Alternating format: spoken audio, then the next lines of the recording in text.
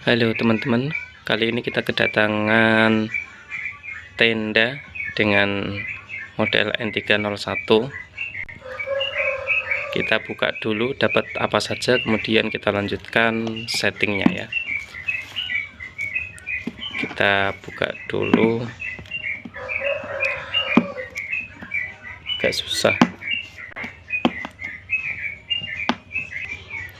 Oke, kita buka dulu.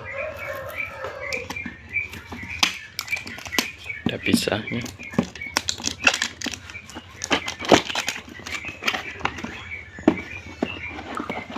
Oke, kita untuk tenda model N301 ini sangat minimalis ya, cocok digunakan untuk wifi rumahan.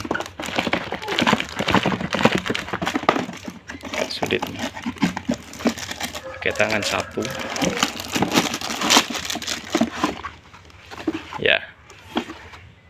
Oke, kita dapat ini adalah unitnya ya, sangat kecil sekali, lumayan lah, cocok kalau untuk buat rumahan.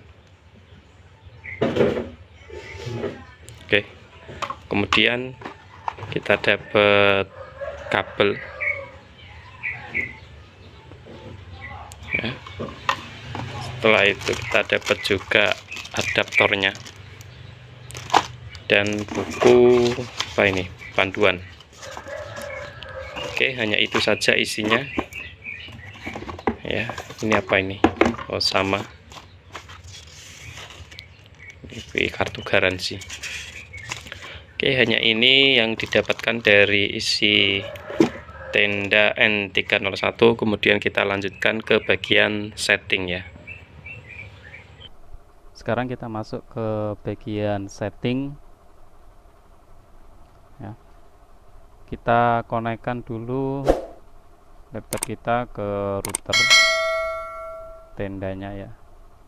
Ini adalah masih default ya, kita klik connect.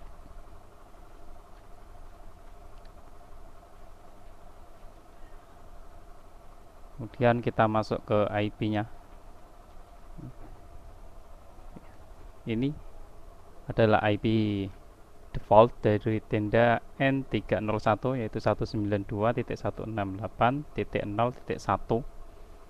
Ada 3 tipe koneksi yang bisa kita pakai, yaitu dengan cara PPPoE, bisa dengan cara dynamic IP, juga bisa dengan cara static IP. Ketiga-tiganya ini nanti saya mau coba satu persatu. Yang pertama, kita mau gunakan PPPoE ya. Saya sudah buat akun di Mikrotik dengan username Barokah dan password @barokah123. Oke, ini adalah akun PPPoE yang sudah saya buat di Mikrotik. Kemudian untuk wireless name saya mau kasih contoh saja ya, tenda, kemudian passwordnya 1-8. Oke, untuk mempermudah. Setelah itu kita tinggal klik OK. Kita tunggu sebentar, router sedang mengalami reboot ya. Coba kita sambil cek koneksinya. Ini sudah berubah ya. Oke, kita coba konekkan tenda. Kita klik connect. Oke, sekarang ini kita refresh atau F5. Kita tutup. Oke, sudah bisa ya. Kita klik your can surf the internet, artinya dengan tipe atau mode PPPoE kita sudah berhasil terkoneksi ke Mikrotik. Kita sudah dapat IP IP 192.168.10.5. Ini adalah IP yang diberikan dari Mikrotik. Kita coba tes buka YouTube.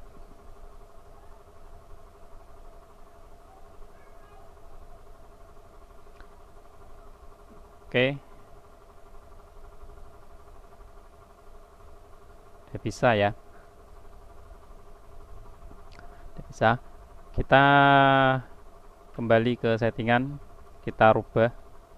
Kalau tadi kita dengan menggunakan PPPoE, sekarang kita coba menggunakan Dynamic IP ya. Kita klik Dynamic IP, kita tinggal berubah saja Dynamic IP, kemudian kita klik OK. Klik OK. Saving, kita tunggu sebentar karena ini mau mencari IP. Di bagian status kita mendapatkan IP berapa.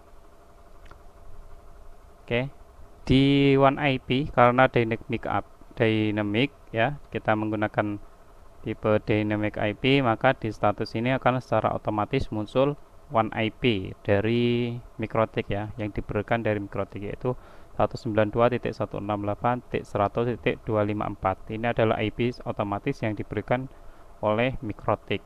Kita coba tes dengan buka Google ya, apakah bisa. Oke, bisa ya.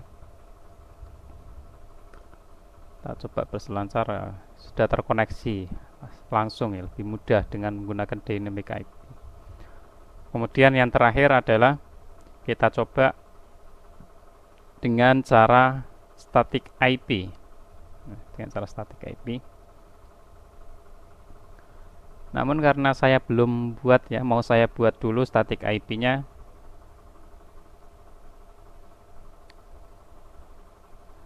Bentar, saya mau bikinkan static IP.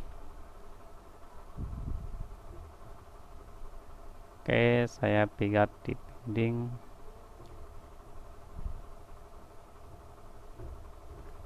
192.168. Mau saya buat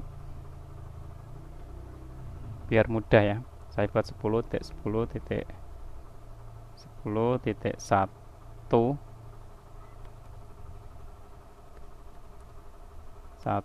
15. Kemudian ini juga sama,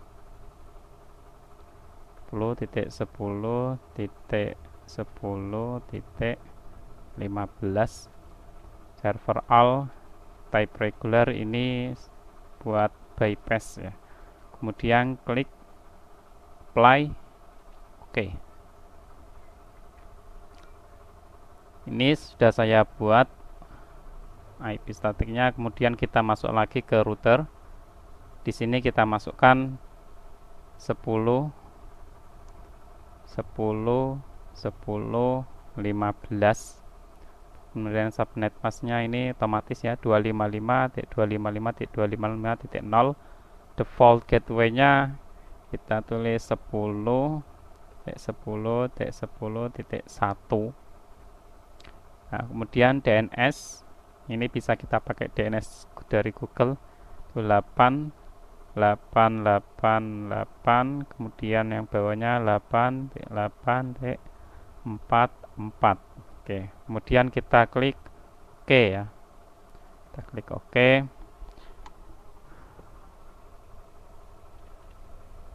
Oke, sekarang kita cek di bagian status ya. OneIP ini adalah IP yang sudah kita buat tadi. Kita coba buka YouTube ya. Kita coba cek koneksinya apakah tersambung. Saya coba refresh dulu YouTube-nya. Oke, kita bisa tersambung ya.